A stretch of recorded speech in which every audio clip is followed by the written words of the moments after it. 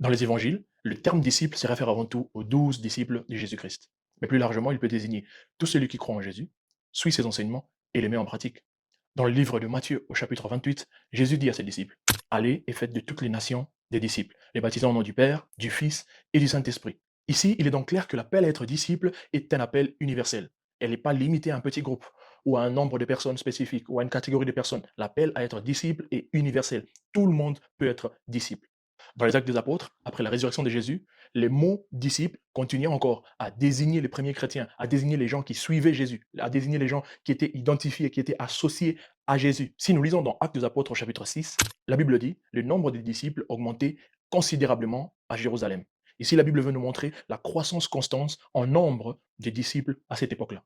Dans le livre de Luc au chapitre 8, verset 1, la Bible raconte que Jésus allait de ville en ville, village en village, prêchant ainsi la bonne nouvelle du royaume des cieux. Les 12 étaient avec lui et quelques femmes qui avaient été délivrées des esprits mauvais et des maladies, notamment Marie Magdala, Jeanne, femme de Chouza, Suzanne et plusieurs autres qui les assistaient de leurs biens. Ici, la Bible montre que dès les débuts du christianisme, des femmes ont participé activement dans la mission de Jésus-Christ aux côtés des hommes. Jésus invitait donc les femmes et les hommes à s'engager pleinement dans la diffusion du message du salut, à la diffusion du message de l'évangile, à la diffusion de la bonne nouvelle.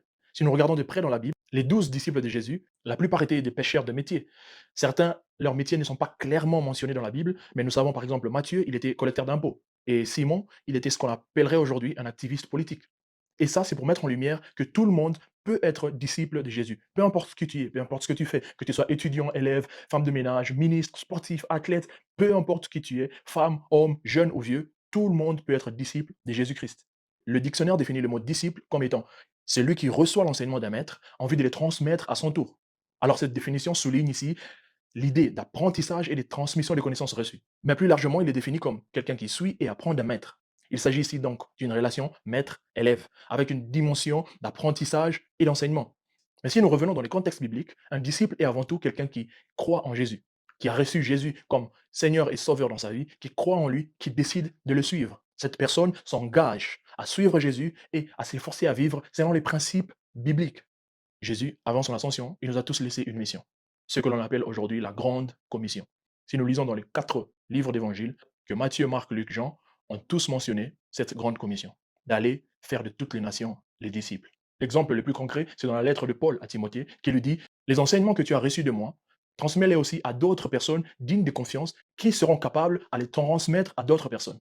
La meilleure manière de démontrer ta foi, d'appliquer ta foi, c'est de faire la mission que Jésus nous a tous donnée, d'aller faire les autres, les disciples. Nous connaissons tous un ami, un frère, un collègue de travail, de classe. C'est notre mission, c'est notre travail. Jésus n'a pas donné cette mission que à certaines personnes, aux pasteurs, aux bishops et aux évangélistes. Nous sommes tous appelés à faire cette mission. N'ayons pas honte de cette mission, n'ayons pas honte de ce message de Jésus-Christ. Comme Paul le dit dans Romains, je n'ai pas honte de l'évangile, car c'est la puissance de Dieu pour sauver tous celui qui croit. Nous connaissons les gens autour de nous qui ont besoin de Jésus. Nous connaissons les gens autour de nous que nous voulons voir sauvés. Et cela arrivera que lorsque toi et moi, nous ferons notre mission d'aller témoigner de Jésus partout dans le monde et de faire les autres autour de nous des disciples. Que Dieu vous bénisse.